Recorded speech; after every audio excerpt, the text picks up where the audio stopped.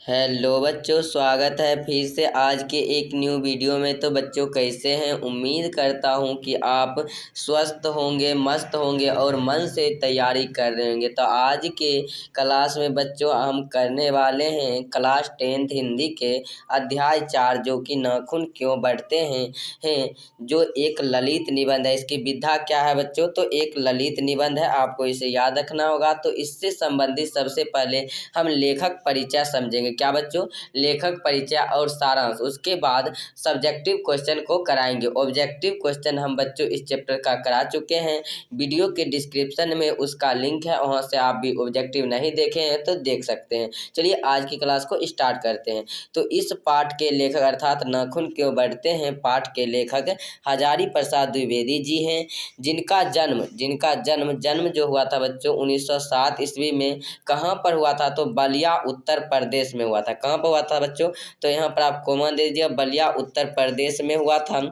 इन्होंने पद्म भूषण अवार्ड से नवाजा गया, अर्थात हजारी प्रसाद द्विवेदी जी जो हैं उनको पद्म भूषण अवार्ड से पुरस्कृत किया गया है या नवाजा गया है। और इनका निर्धन अर्थात मृत्यु बच्चों जो 1979 ईस्वी में दिल्ली में हुआ था। तो इनका जो मृत्यु होता है बच्चों वह कब होता है? 1979 ईस्वी में दिल्ली में होता है। आपको पूछा जाएगा कि हजारी प्रसाद द्विवेदी जी का मृत्यु कहाँ हुआ था? तो दिल्ली में कब हुआ था? तो 1979 ईस्वी में। उनका जन्म कब हुआ था? तो 1907 ईस्वी में उनका जन्म कहाँ हुआ था? तो बलिया उत्तर प्रदेश में। नाखून क्यों बढ़ते हैं पाठ के लेखक कौन है? तो हजारी प्रसाद द्विवेदी जी हैं।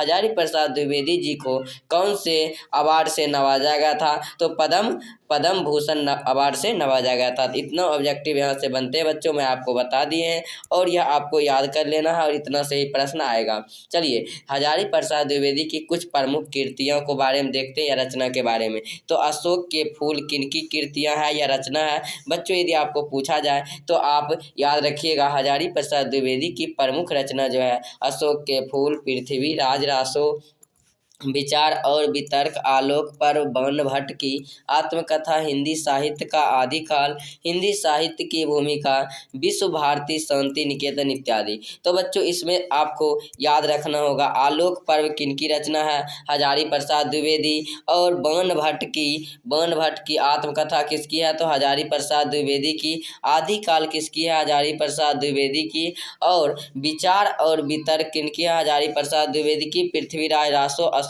का फूल, ये सभी इतना जितना मैं बच्चों अंडरलाइन कर दिया इतना कम से कम आपको याद रखना होगा। विश्व भारती ये भी पूछा जाता है और ये सभी बार बार पूछा गया है, अर्थात आपको ये सभी याद रखना होगा। पूछा जाएगा विश्व भारती किनकी रचना है? तो हजारी प्रसाद द्विवेदी को। आपको ऑब्जेक्टिव में करा चुके हैं बच्चों। यदि उस वीडियो को नहीं देखे, वीडियो के डिस्क्रिप्शन में उस वीडियो का लिंक है, आप वहां से जाकर उस वीडियो को देख सकते हैं। और आप इसका पीडीएफ बिल्कुल फ्री में लेना चाहते हैं तो वीडियो के डिस्क्रिप्शन में व्हाट्सएप ग्रुप का लिंक है, तो वहाँ से आप व्हाट्सएप ग्रुप में ज्वाइन हो सकते हैं और इसका पीडीएफ बिल्कुल फ्री में ले सकते हैं। सब पुराने अच्छे नहीं होते एवं सब नए खराब नहीं होते, कालिदास ने कहते हैं। तो बच्चों वहाँ पर आपको प्रश्न पूछा जाएगा ऑब्जेक्टिव में, सब पुराने अच्छे नहीं होते एवं सब नए खराब नहीं होते, किसने कहा था? तो कालिदास ने कहा था। आपको इसे याद रखना होगा, काफ़ी महत्वपूर्ण क्वेश्चन है और पॉइंट है। चलिए अगली पॉइंट है, लेखक की एक बेटी थी जो लेखक से पूछती है कि नाखून क्यों बढ़ते हैं।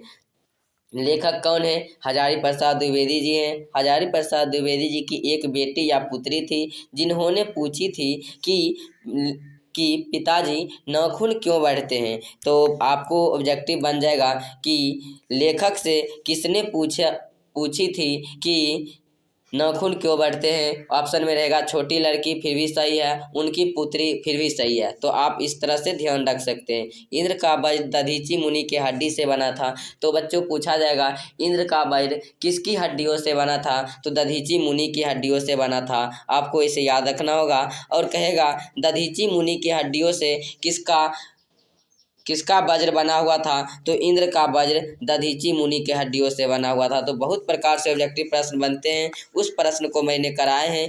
50 से 55 क्वेश्चन मैंने कराए हैं इस चैप्टर से। उस वीडियो को जाकर आप जरूर देखिएगा। तो चलिए, यहाँ पर आपको कहा आर्यों ने लोहा का आविष्कार किया था। तो आर्यों ने, आर्य लोग जो थे वह मध्य एशिया से आए थे और आर्य लोग जो थे उन्होंने ही लोहा का आविष्कार किया था। आपको इसे याद रखना है। तो बच्चों देख लीजिए, ऑब्जेक्टिव आ गया है और इस प्रश्न का आंसर आपको कमेंट करके देना है कि नाखून क्यों बढ़ते हैं, निबंध के निबंधकार कौन है।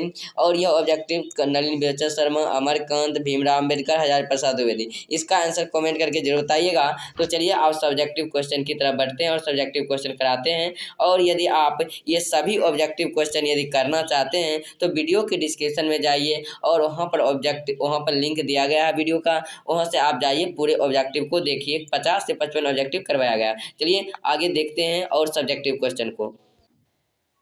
तो बच्चों अब फाइनली अब करना है अब लघु उत्तरीय और जो प्रश्न हिंदी के इस चैप्टर नाखून क्यों बढ़ते हैं पाठ के लेखक हजारी प्रसाद द्विवेदी जी हैं। और यह विधा क्या है, तो यह एक ललित निबंध है। तो इससे संबंधित जितने भी प्रश्न बनते हैं पूरे चैप्टर एनसीईआरटी से, मैं सभी प्रश्न को करवाने वाला हूं बच्चों। सो आप शुरू से अंत तक वीडियो को जरूर देखिएगा। चलिए आज की वीडियो को स्टार्ट करते हैं। तो चलिए, नाखून क्यों बढ़ते हैं यह प्रश्न लेखक के आगे कौन उपस्थित हुआ था, तो कैसे उपस्थित हुआ था, तो मैंने अभी तुरंत सारांश से बताए थे बच्चों कि नाखून क्यों बढ़ते हैं यह प्रश्न लेखक के आगे कैसे उपस्थित हुआ। तो चलिए इसको आंसर को मैं तो ऊपर बता चुके हैं, फिर भी बता देते हैं। नाखून क्यों बढ़ते हैं यह प्रश्न लेखक के आगे तब उपस्थित हुआ जब लेखक के छोटी सी पुत्री ने पूछा कि पिताजी नाखून क्यों बढ़ते हैं। तो मैंने ऊपर आपको बताए थे बच्चों कि लेखक से किसने पूछा था कि नाखून क्यों बढ़ते हैं, तो लेखक की छोटी सी पुत्री थी जिन्होंने पूछा था कि पिताजी नाखून क्यों बढ़ते हैं। उम्मीद करता हूं कि काफ़ी आसान भाषा में आंसर को लिख कर लाया हूं और आपको समझ में आया होगा। तो चलिए, यहाँ पर थोड़ी सी प्रश्न नहीं दिख रहा होगा, चलिए आपको ठीक से दिख रहा होगा, कोई दिक्कत की बात नहीं। चलिए देखते हैं 2 नंबर क्वेश्चन कहा जा रहा है क्या, नाखून बढ़ते नाखून द्वारा प्राकृत मनुष्य को क्या याद दिलाती है। तो यहाँ पर मनोज लिखा गया बच्चों, आप किताब से देख लीजिएगा मनुष्य को क्या याद दिलाती है। तो चलिए यहाँ पर आपको बताना है बढ़ते नाखून द्वारा प्राकृतिक मनुष्य को क्या याद दिलाती है। आंसर देखते हैं। तो बढ़ते नाखून द्वारा प्राकृत मनुष्य को यह याद दिलाती है कि आज से लाखों वर्ष पहले मनुष्य का नाखून उसका प्रमुख हथियार हुआ करता था। आज से लाखों करोड़ों वर्ष पहले बच्चों जो था मानव आग जलाना नहीं जानते थे, आग का आविष्कार नहीं हुआ था, जिससे वह क्या करते थे, पशु पक्षियों को शिकार करते थे और अपने इस नाखून से क्या करते थे, तो उसे चीर फाड़ कर कच्चा मांस खाने में उसको महत्वपूर्ण भूमिका निभाते थे। कौन, तो नाखून। लेकिन इस युग में नाखून का कोई स्तर नहीं रह गया।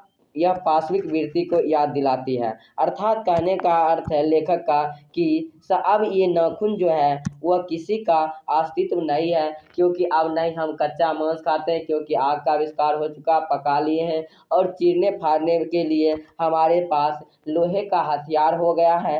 तो अब इस नाखून का कोई अस्तित्व नहीं रह गया है। और यह क्या है, तो एक पाश्विक वृत्ति को याद दिलाती, जैसे कि जानवर होते हैं, उस जानवर को पता नहीं कि हमारा नाखून है, ये हमारे लिए अच्छा है, खराब है, नहीं है, क्या है, उसको पता नहीं। ठीक उसी प्रकार पाश्विक प्रवृत्ति का यहाँ पर याद दिलाती है हमें। तो उम्मीद करता हूँ क्वेश्चन नंबर 2 आपको समझ में आया होगा बच्चों। यदि समझ में आया होगा तो आप वीडियो को लाइक करें, यदि चैनल पर पहली बार आए होंगे तो चैनल को सब्सक्राइब करें और नोटिफिकेशन जरूर कर लीजिएगा और अपने सभी फ्रेंड के साथ वीडियो को शेयर करें। और इसका PDF लेने के लिए वीडियो के डिस्क्रिप्शन में व्हाट्सएप ग्रुप का लिंक है, वहाँ से आप डाउनलोड कर सकते हैं। चलिए 3 नंबर क्वेश्चन है, कारण लेखक के द्वारा नाखून को अस्त्र के रूप में देखना कहाँ तक सही है। लेखक जो हजारी प्रसाद द्विवेदी जी हैं उनके अनुसार ये जो आपके हाथों में नाखून है उन्हें अस्त्र के रूप में देखना कहाँ तक संगत है, सही है, देखना है। चलिए